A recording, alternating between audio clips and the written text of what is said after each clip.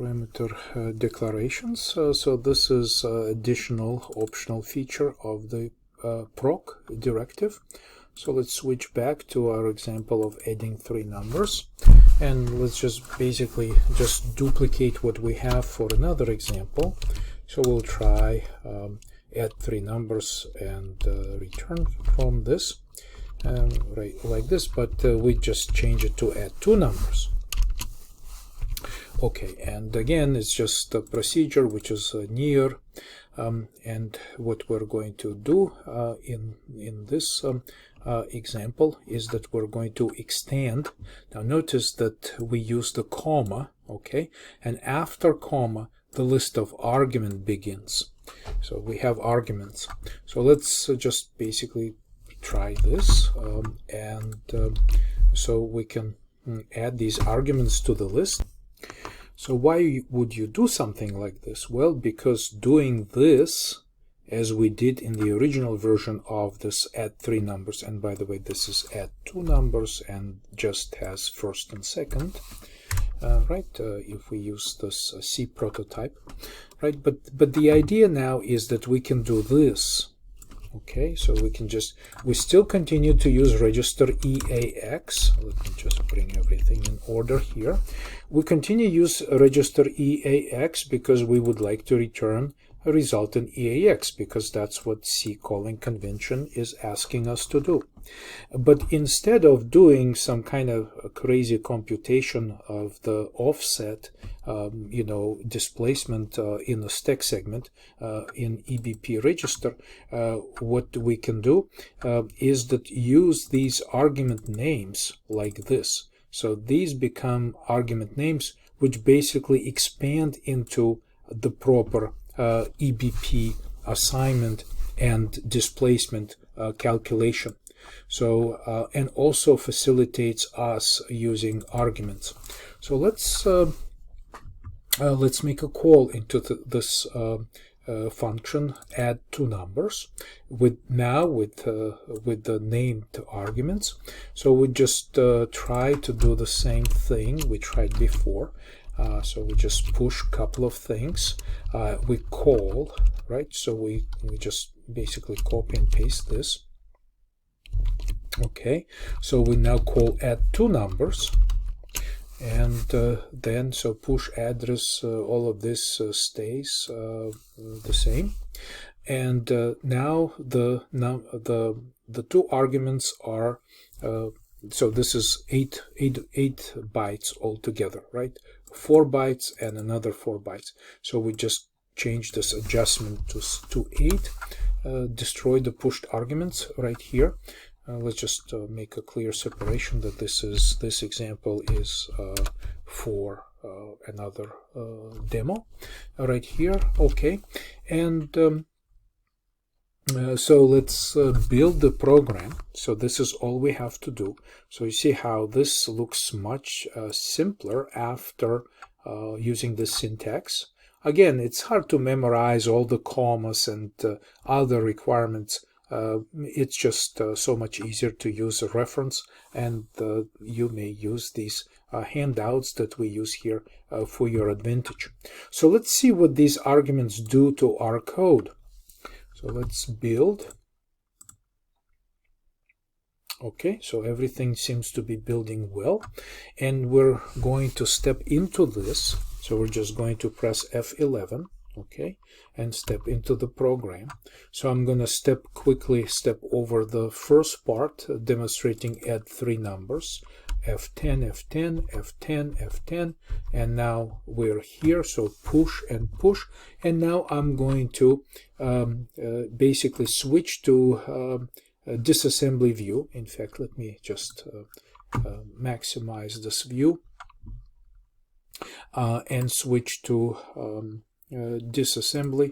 I'm not sure if I need to see these registers right now. I'll just close this window. So this is the disassembled view.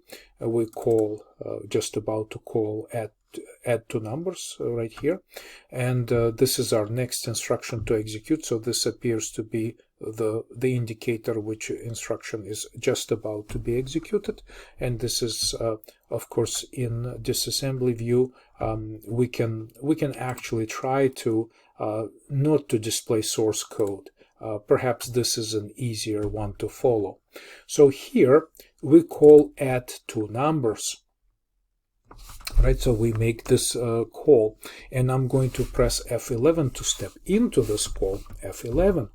So notice the underscore automatically added to add two numbers, because we requested that this should be C calling convention, and remember the names are decorated automatically.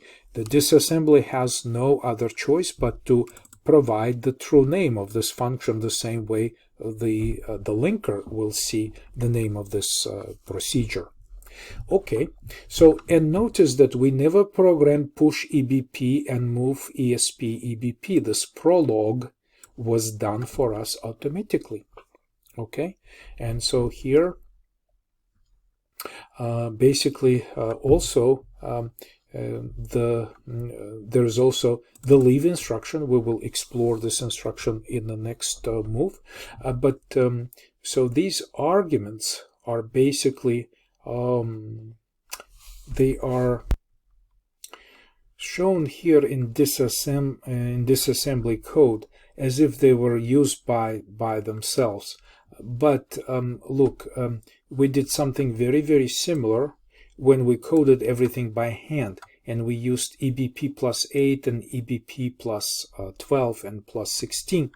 But right here, observe that these are exactly the same encodings of the instructions. So when we use the style with arguments, basically the disassembler finds a symbol table for our already built program and makes an extra effort to show us that what we're loading here and here are basically the arguments, and you should know how these arguments correspond to the arguments pushed on the stack, right? So this is the first argument and this is the second argument.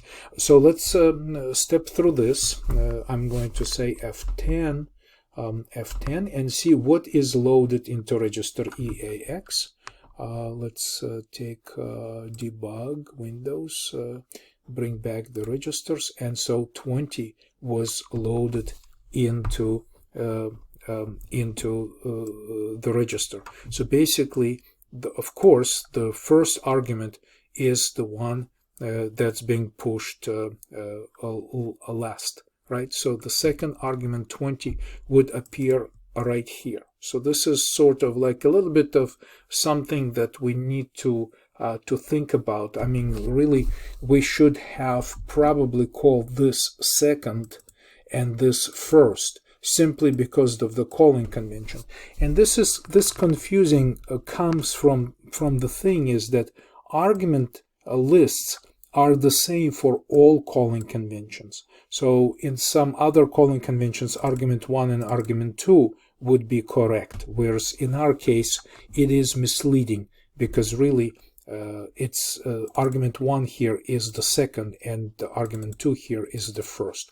So we could have renamed this a little bit to make it more consistent, but nevertheless you see that it's always very important to step through and see everything in detail. So now we're adding everything together. So now we'll be adding these two numbers together, another F10, and of course hexadecimal 10 plus 20 will be hexadecimal 30, and this is what will be returning from our instruction.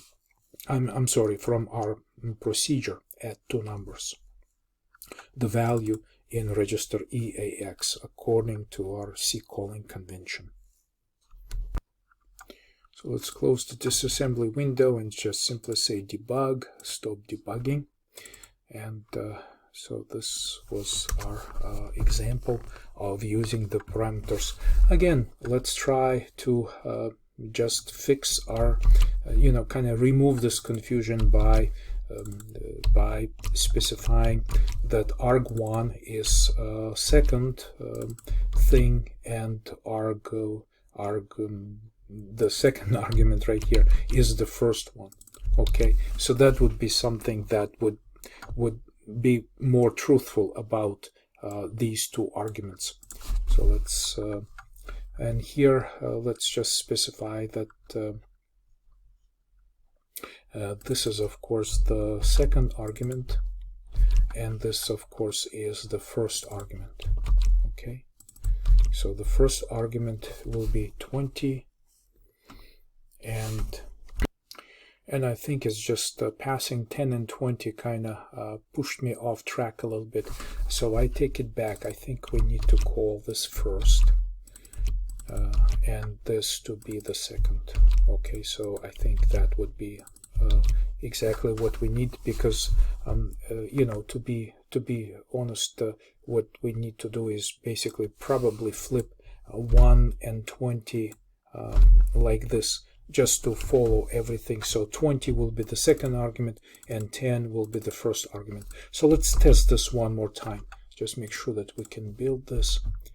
Okay, and then let's just step through this. I'll just set the breakpoint, press F5 to quickly jump to this, F10, F10, and F11 to step into the call.